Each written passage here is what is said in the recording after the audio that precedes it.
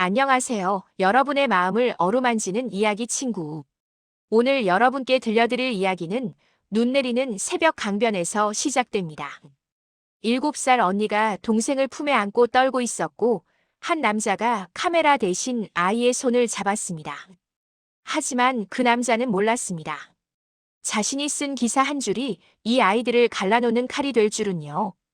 이 이야기가 끝날 때쯤 여러분은 분명 눈물을 흘리실 겁니다. 그리고 깨닫게 되실 거예요. 진짜 가족이란 무엇인지를요. 영상 시작하기 전에 구독 버튼과 좋아요 버튼 꾹 눌러주시면 더 좋은 이야기로 찾아뵙겠습니다.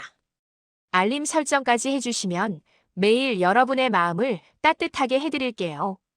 그리고 한 가지 부탁드립니다. 지금 이 순간 여러분은 어디에서 이 영상을 들고 계신가요? 집 거실에서? 출근길 버스에서? 혹시 병원 대기실에서? 아니면 밤늦은 방 안에서?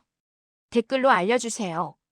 여러분이 계신 그곳에 건강과 행운이 가득하시길 제가 진심으로 기도하겠습니다. 여러분 한 분 한 분의 댓글을 읽으며 복 많이 받으시라고 두 손 모아 빌겠습니다. 자, 그럼 이제 이야기 속으로 들어가 볼까요? 해시태그 눈발 속의 약속. 새벽 5시 한강 산책로에 첫눈이 내렸다. 가로등 하나가 깜빡이는 아래 작은 그림자 2개가 웅크려 있었다. 7살 서윤이었다. 품에 안긴 동생 서아의 얼굴은 창백했다. 하야, 눈 떠봐. 언니가 노래 불러줄게.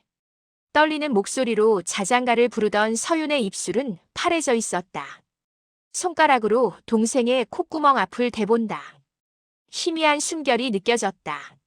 서윤은 안도하며 동생을 더 세게 껴안았다. 그때 발소리가 들렸다. 카메라 가방을 맨 남자가 걸음을 멈췄다. 사진기자 강도훈 48. 새벽 풍경을 담으러 나왔다가 이상한 광경을 목격했다. 눈 쌓인 벤치 옆 아이 둘이 떨고 있었다. 사진 먼저냐, 신고 먼저냐. 도훈의 손이 카메라로 향했다. 직업적 본능이었다. 하지만 셔터를 누르려던 손가락이 얼어붙었다. 3년 전 화재 현장이 떠올랐다. 연기 속에서 들려오던 아이의 울음소리. 그는 그 순간 카메라를 들었다. 기록이 우선이라고 믿었다. 하지만 불길이 번지는 사이 그 아이는 구조되지 못했다. 이후 도훈은 밤마다 그 아이의 얼굴을 꿈에서 만났다. 아저씨. 서윤이 고개를 들었다.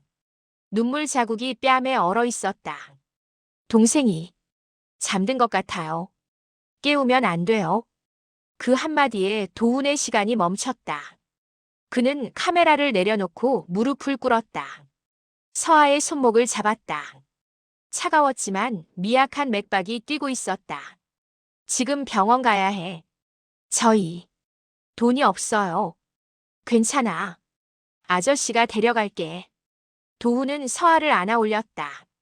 작은 몸이 깃털처럼 가벼웠다. 서윤의 손을 잡고 택시를 잡으려 뛰었다. 차 안에서 도훈은 떨리는 손으로 119에 전화를 걸었다. 병원 응급실 입구가 보였을 때 그는 처음으로 깨달았다. 살려야 할 사진이 아니라 살려야 할 생명이 먼저다. 응급실 형광등 불빛 아래서 도훈은 카메라 가방을 벗어 바닥에 내려놓았다. 오늘은 기자가 아니라 그냥 어른으로 남기로 했다. 보호자분이세요? 간호사의 질문에 도훈은 머뭇거렸다. 보호자. 그런 자격이 있을까? 하지만 서윤이 그의 옷자락을 꽉 쥐고 있었다. 네, 제가 데려왔습니다. 서아는 저체온 쇼크로 중환자실에 실려갔다. 체온이 33도까지 떨어진 상태였다. 의사는 말했다. 1시간만 늦었어도 위험했을 거라고. 서윤은 중환자실 유리문 앞에서 꼼짝도 하지 않았다. 간호사가 의자를 권해도 도훈이 따뜻한 우유를 건네도 고개를 저었다. 여기 있어야 해요. 동생이 깨면 언니가 보여야 하거든요. 밤이 깊어졌다. 복도 조명이 어두워지고 사람들의 발소리도 뜸해졌다. 도훈은 서윤 옆에 앉아 조심스럽게 물었다. 서윤아, 왜 그 추운 새벽에 밖에 나온 거야? 서유는 한참을 입술을 깨물었다. 그러더니 작은 목소리로 말했다. 선생님이 언니만 다른 학교 가래요. 다른 학교? 새별보호시설에서 성적 좋은 애들은 좋은 학교로 보낸대요. 저는 선발됐어요. 도훈의 가슴이 철렁 내려앉았다. 그런데 동생은 서하는 적응이 느리대요. 아직 준비가 안 됐대요. 서윤의 눈에 눈물이 고였다. 제가 가면 동생은 혼자 남아요. 제가 없으면 서하는 밥도 잘 안 먹고 밤에 악몽 꾸면 깨워줄 사람도 없어요. 그래서 도망친 거구나. 도망이 아니에요. 서윤이 고개를 들었다. 7살 아이의 눈빛이 아니었다. 저는 동생 곁에 있을 거예요. 선생님들이 뭐라고 해도요. 도훈은 아이의 작은 손을 보았다. 동생을 안고 추위 속에서 버틴 그 손. 선발되었다는 사실이 죄처럼 느껴진다는 아이. 효율적 배치. 성과 중심 지원. 어디선가 들어본 말들이었다. 아이들을 위한다는 명목으로 누군가는 숫자로 아이들을 나누고 있었다. 관계는 고려 대상이 아니었다. 서윤아. 도훈이 아이의 손을 잡았다. 너희 둘 떨어지지 않게 할 방법 찾아볼게.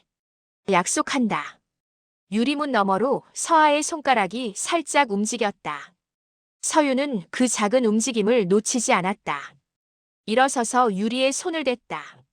하야, 언니 여기 있어. 어디도 안 가. 도훈은 그 모습을 보며 깨달았다. 분리라는 말이 얼마나 잔인한 칼인지를. 다음 날 아침 도훈은 새별 보호시설을 찾았다. 시설장은 난처한 표정으로 서류 뭉치를 내밀었다. 저희도 어쩔 수 없어요. 시청 교육과 지침이거든요. 위탁 아동 교육 효율화 방안. 공문 제목부터 차갑게 느껴졌다. 도훈은 페이지를 넘겼다. 그리고 멈췄다. 성과 중심 지원으로 자립 가능성을 높이고 효율적 배치를 통해 예산을 최적화한다. 그 문구 아래 작은 각주가 붙어 있었다. 참고 한강일보 2024.03 15 강도훈 기자 보호시설 개선 방향 기사 중. 도훈의 손이 떨렸다. 6개월 전 그는 보호시설 실태를 취재하며 기사를 썼다. 예산 낭비를 줄이고 효과적인 지원을 하자는 취지였다. 선이었다. 아이들을 위한다고 믿었다. 하지만 그 문장들이 지금 행정의 칼이 되어 있었다. 서윤과 서하를 갈라놓는 근거로 쓰이고 있었다. 이게 내가 쓴 거였구나. 시설장이 조심스럽게 말했다. 기자님 기사 나가고 나서 시청에서 방침이 바뀌었어요. 성적 좋은 아이들은 명문 위탁학교로 나머지는 현 상태 유지로요. 도훈은 공문을 다시 들여다봤다. 차가운 활자 속에서 서윤의 얼굴이 보였다. 선발되어서 미안해요라던 그 아이. 그는 신문사로 돌아와 자신의 기사를 다시 찾아 읽었다. 효율적 예산 집행, 선별적 지원, 성과 중심 배치. 모두 옳은 말처럼 들렸다. 하지만 그 단어들 사이에 아이들의 얼굴은 없었다. 서윤이 서하를 안고 떨던 새벽도 유리문에 손을 대고 기다리던 밤도 없었다. 나는 무엇을 기록한 걸까?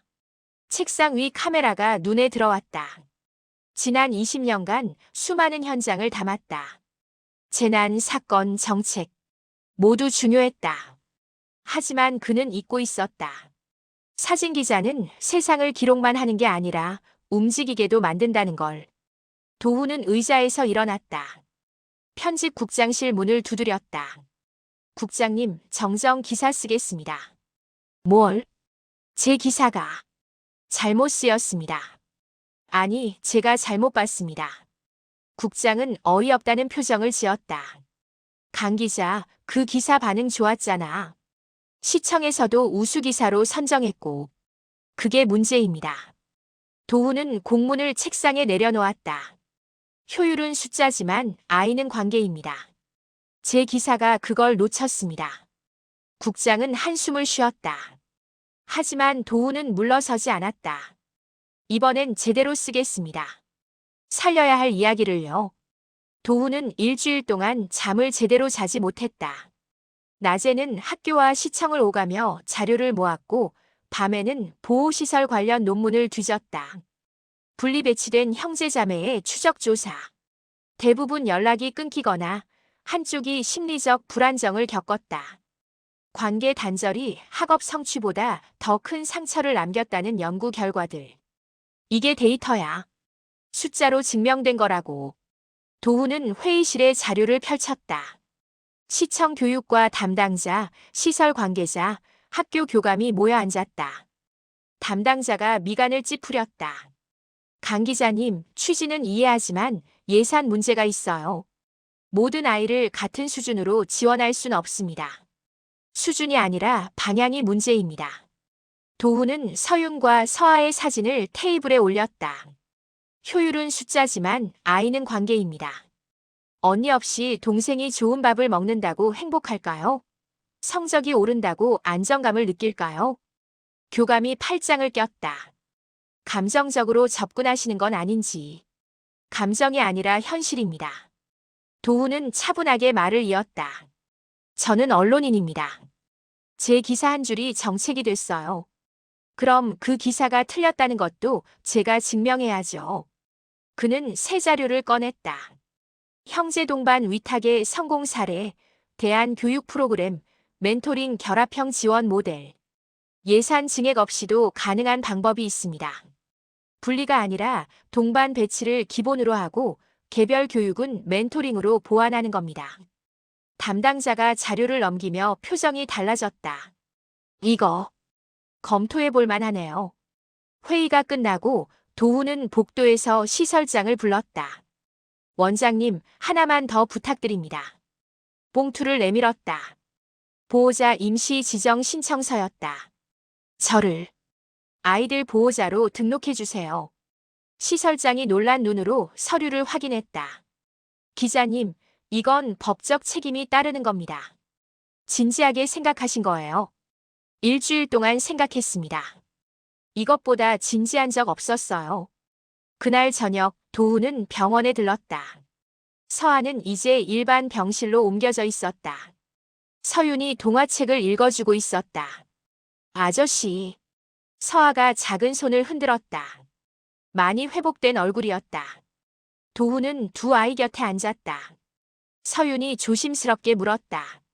아저씨. 우리 때문에 힘들죠? 응? 어른들이 싸우는 거. 우리 때문이잖아요. 도훈은 고개를 저었다. 아니야. 지금부터가 맞는 일이야. 그는 아이들의 머리를 쓰다듬었다. 너희는 떨어지지 않아도 돼. 아저씨가 약속할게. 창밖으로 첫눈이 다시 내렸다. 하지만 이번엔 따뜻한 병실 아니었다. 한 달 후 시청 게시판에 공문이 올라왔다. 위탁 아동 형제자매 동반 배치 원칙 시행. 도훈의 후속 기사가 나간 뒤 교육과 방침이 바뀌었다. 분리 전학은 철회됐고 서윤과 서아는 같은 학교에 다닐 수 있게 됐다. 보호자 지정도 승인이 났다. 도훈은 이제 법적으로도 두 아이의 보호자였다. 아저씨, 진짜 우리랑 같이 사는 거예요? 서아가 이삿짐을 나르는 도훈에게 물었다. 도훈은 웃으며 고개를 끄덕였다. 그럼 이제부터 여기가 우리 집이야. 작은 빌라 2층, 방 2개짜리였다. 크지 않았지만 세 사람이 살기엔 충분했다. 서윤과 서아는 자기들 방이라는 게 신기한지 계속 드나들었다.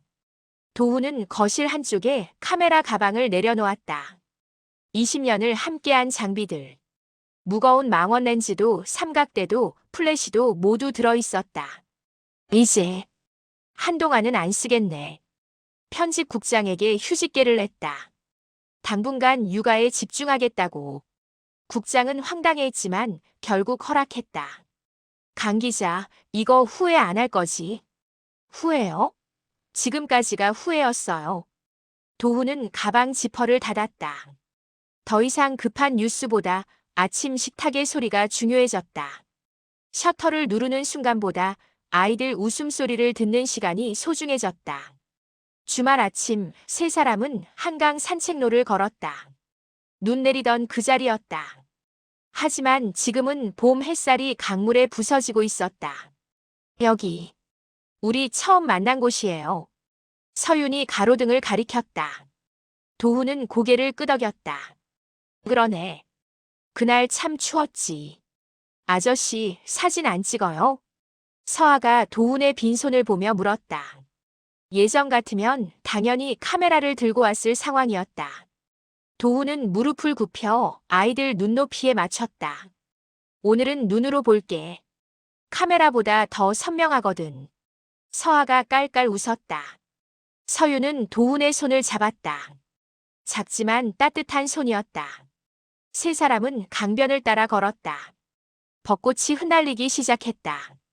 지나가는 사람들이 행복한 가족이라고 생각할 만큼 자연스러운 모습이었다. 도훈은 문득 깨달았다. 기록하는 삶에서 함께하는 삶으로. 셔터는 닫혔지만 집의 문이 열렸다. 카메라 파인더 너머가 아니라 눈과 눈을 마주보는 삶. 그게 더 진짜였다. 아저씨, 저녁엔 뭐 먹어요?